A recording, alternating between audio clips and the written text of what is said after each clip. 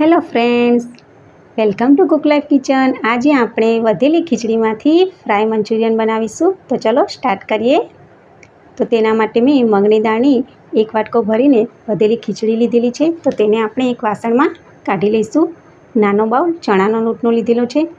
તો ચણાનો લોટ ઓછો જ એડ કરવાનો, વધારે નહીં કરવાનો, કારણ કે અત્યારે આપણે આમાં પાણી એડ નથી કરતા. એક નાની ઝીણી સમારેલી ડુંગળી એડ કરી દઈશું.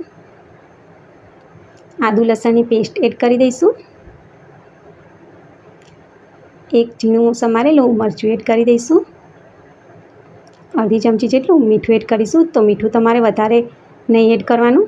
અડધી ચમચી હળદર પાવડર, અડધી ચમચી ધાણા જીરું પાવડર, અડધી ચમચી રેગ્યુલર જે લાલ મરચું આવે તે એડ કરી દઈશું.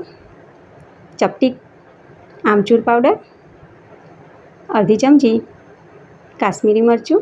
તો હવે આપણે બધું મિક્સ કરી લઈશું. તો અત્યારે આપણે આમાં પાણીનો સહેજ પણ ઉપયોગ નહીં કરીએ.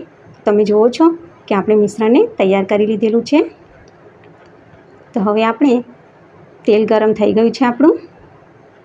તો હવે આપણે બધા જ મંચુરિયનને ફ્રાય કરી લઈશું. તો આ મંચુરિયનને રફલી જ ફ્રાય કરવાના.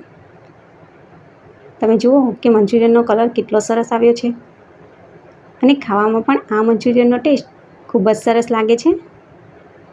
તો એ જ રીતે આપણે બધા જ મંચુરિયનને ફ્રાય કરી લીધા છે.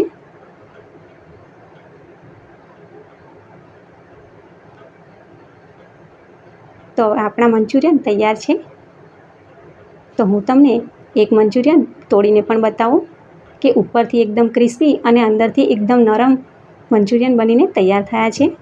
આજની મારી રેસીપી સારી લાગી હોય તો વિડીયોને લાઇક કરજો, શેર કરજો અને આવા જ નવા વિડીયો જોવા માટે મારી ચેનલને સબસ્ક્રાઈબ કરજો.